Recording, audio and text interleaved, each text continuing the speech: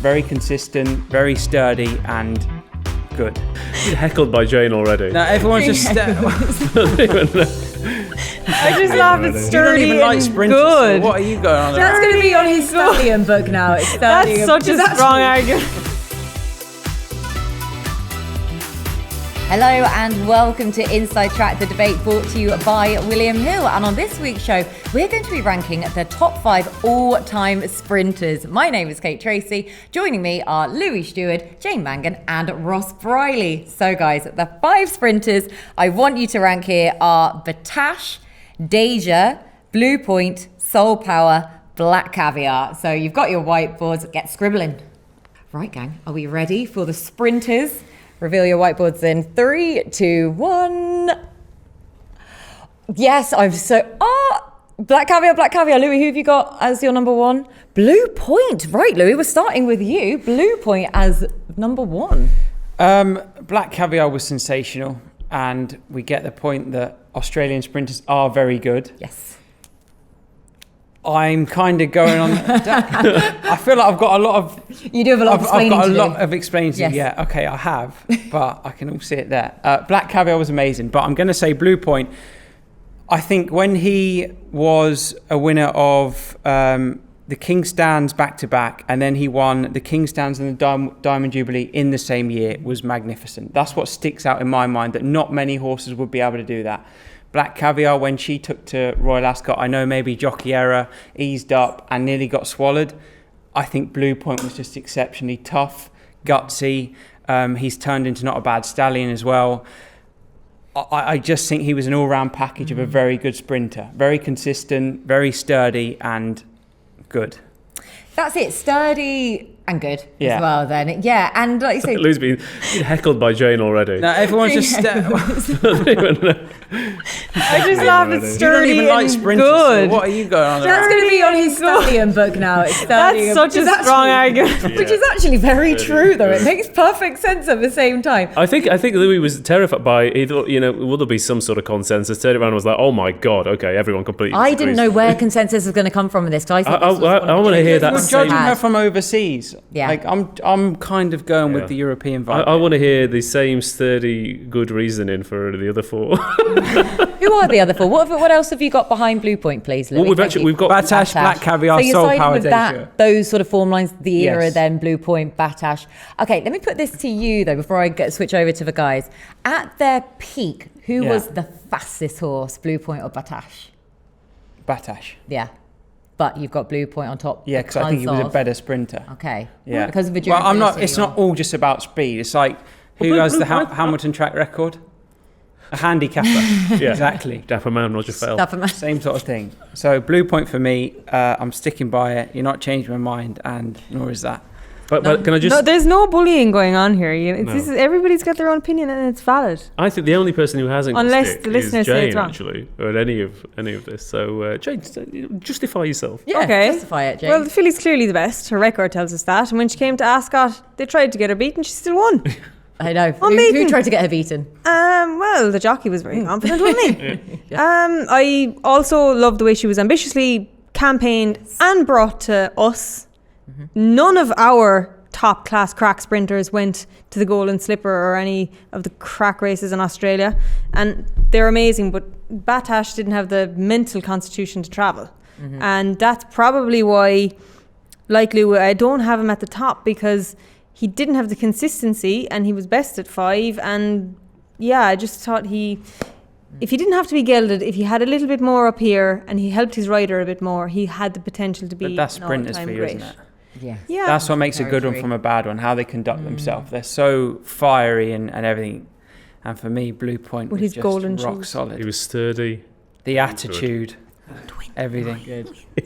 25. I mean, to be fair, that the is extra doodles. yeah. She is the Frankel of the sprinters in the sense of Yes. the same thing. Frankel went to Ascot, tried to get him beat, and he still won. For all of our Australian viewers, she's the best. Okay. Yeah. Yes. I just wanted to mention Choisir. I know I'm not into sprinting, right? But when I was very, very young, Johnny Murta was my go-to man. You know, when you have the tipping competition at home at Ascot, I just looked for what he was riding because he was just ace at the time. And he did what Blue Point did, and he was one of the first Aussies to come over and really succeed. So I thought he maybe opened the floodgates for them. So for someone who wasn't the biggest fan of the sprinting division, you've actually added another note. But I think it's just more of an excuse to doodle on your board now as much as anything. Well, if people are at home thinking, well, why isn't Choisir on there? There's probably loads of horses that could be on the list. Yes. But again, like the milers, it's difficult. I apologise, Willie Carson. You're a good bit down the list. Oh, I right? know, at 4. He was immensely fast. We know that Battaash eventually broke his track record.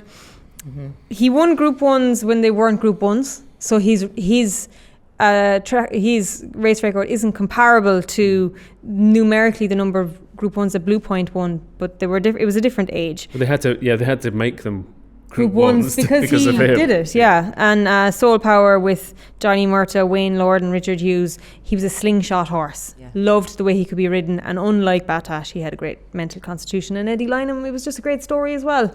And so Black Caviar for me, undeniably the best. But did he basically christen Eddie Lynham with Fast Eddie, the nickname?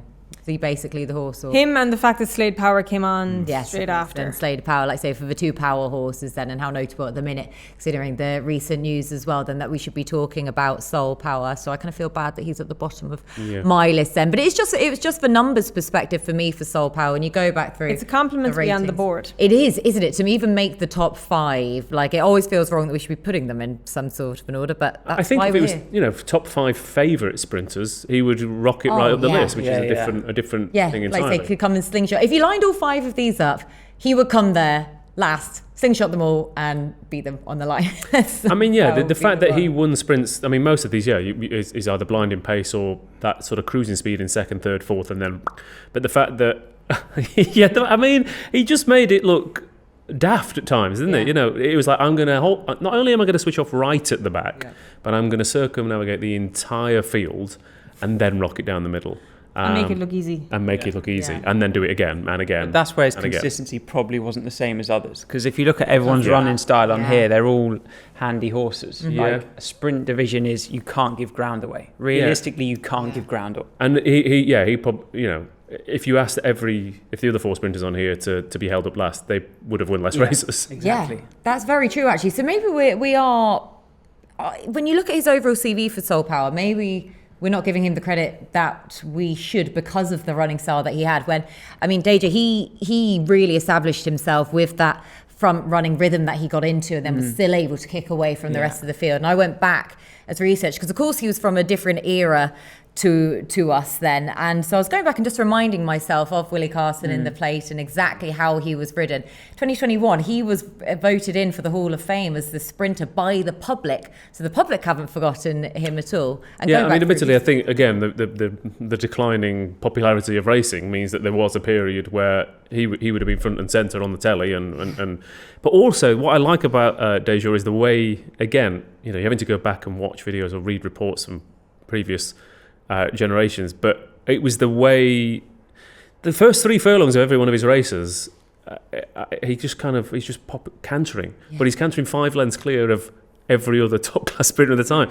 I don't think he beat that many good horses in behind, but he beat them in the style that he was like, please, for the love of God, like someone keep up with me. I'm off. It was off. It wasn't being gunned. It wasn't being asked to do that. He just did it naturally, and he had that early speed, but also kept it going as well to win those races. So I think the late Sheikh Hamdan was asked when Battaash was in his prime if he could choose, and he essentially said Dayjur. Yeah. Really? He even still said him with Battaash in his prime. But I would also say, I mean, you said Blue Point. Did Blue Point not beat Battaash in his prime? You were saying that would he have beat him, but he did beat him. twice. He did beat him. Yeah. Yeah. By the way, Battaash did blow out a few times. Yes, Yeah. Battaash had the blowout potential, but I feel like that's almost why you liked him more so. And again, we talk about the changing dynamic for generations, how we watch racing. Battaash was one of those horses that seemed to capture the public's imagination. I don't know if it was his name, because he was a bit of a lunatic. Yeah. He had all those little quirks about him that we felt like we got to know the character of Battaash, and he was obviously rapid, but he had that blowout potential as well. But Jane, did that almost draw us more towards him? I would say so, yeah. Sometimes the effortlessness of Sole Power, that was almost taken for granted, the monster that he was, because he wasn't physically a monster. He was a minuscule horse, whereas you looked at Battaash and you knew this horse is a bull. And you also know that he could run away with his jockey on the way to the start and hit something. And you were drawn in because you had to watch because something could happen. Yeah. It was exciting. Yeah, he also had that kind of like, we're talking about sprinters here, and a lot of them we're talking about Ascot. He also had that factor that he was so fast that he didn't like. He was like, "What? Why are we racing here? I thought this should be a sprint. This should be a flat 5 furlongs where we rattle as fast as we can." And he went to Ascot, and obviously it wasn't necessarily his track. I mean, he didn't capture my imagination. He's right down at the bottom. But and you've had an extra A in, extra R's earlier, extra A's into the start. Well, I mean, we've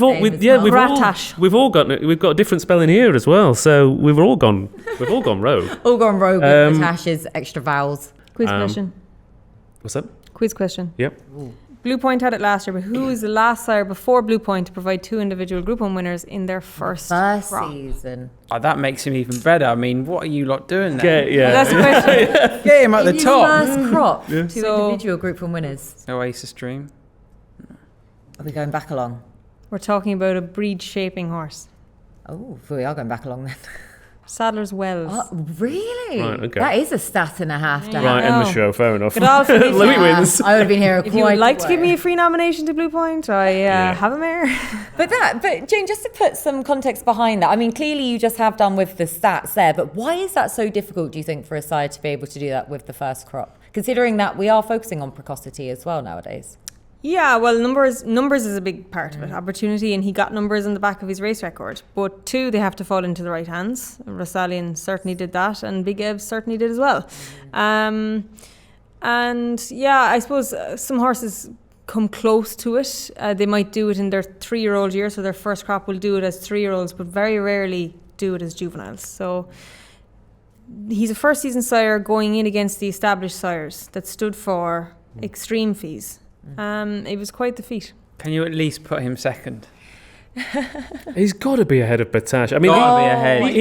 he had in 1 week at Royal Ascot, he beat Battaash, who then came out and got better, and then a few days If later, they both ran in the then- Nunthorpe tomorrow, I'd still probably think Battaash. yeah. Because you would just expect him to break a track record or a world record or whatever. For I think Battaash, so it's like, he was I don't know. he was just exciting to watch, as you said. so exciting to watch. That's why I've got him ahead of the solid and good Yeah. Blue Point, though. But you two have both got him in third. Like though. we haven't even mentioned, like Star Spangled Banner was great. There was a number of amazing. I mean, again, you have your favourites ones. Weirdly, one of my favourites was Reverence. I absolutely love Reverence. He was the first horse that I really, when I started doing speed figures, started getting into horse racing properly. Favourite sport. That's what this programme should be called, racehorsing. But also one of my first anti-post bets, because I remember thinking, he got downplayed because he won in soft and heavy ground, and people are like, well, he's only good in soft and heavy. Yeah. And people say, well, and you could say to someone, well, he's only good on rattling fast, can't win in heavy, doesn't have the constitution. So it's interesting what people take as a positive, as a negative. Do you burn brightly and you have one season where you're incredible, or Blue Point had a week. An incredible week. Yes. And he was very good at other points as well, but it was that week that made him. And other horses will have 3 or 4 seasons and not do what Blue Point did at the very top of his career, but will consistently do it more. So yeah, and like you say, but he was so consistent, back-to-back Kingstown wins, and LXA to come back in the same week and to win plus another prize then at Royal Ascot in the sprinting division. But I'm pretty sure, general consensus, sorry Louis, that Black Caviar between the 3 of us then, given just a phenomenal record. Then you can persuade Jane. Kate has him marked out as 4. Someone start doodling on Jane's board. Finally, someone take Jane's board. You want to throw mine away? And someone, there you go. Someone return the favour and doodle on Jane's board then to swap around Blue Point and Battaash. I'm going to leave them as they are just to spite Louis. But you made a very good case all the same, though, and I hugely respect that sturdy case all the same. But again, sprinters, they're so exciting. We could talk about them all day. But our general consensus, at least, is that Black Caviar comes out best of all the sprinters. Have we got it right, though? Let us know in the comment section below. But a big thank you to the team for all of their hard work and insight, as always. This has been Inside Track the Debate, brought to you by William Hill. Thank you so much for watching Inside Track the Debate, where we rank our top 5 sprinters. But if you'd like to go back and watch our last episode where we rank our top 5 all-time milers, click the link in the video. This has been brought to you by William Hill. 18+, please remember to gamble responsibly.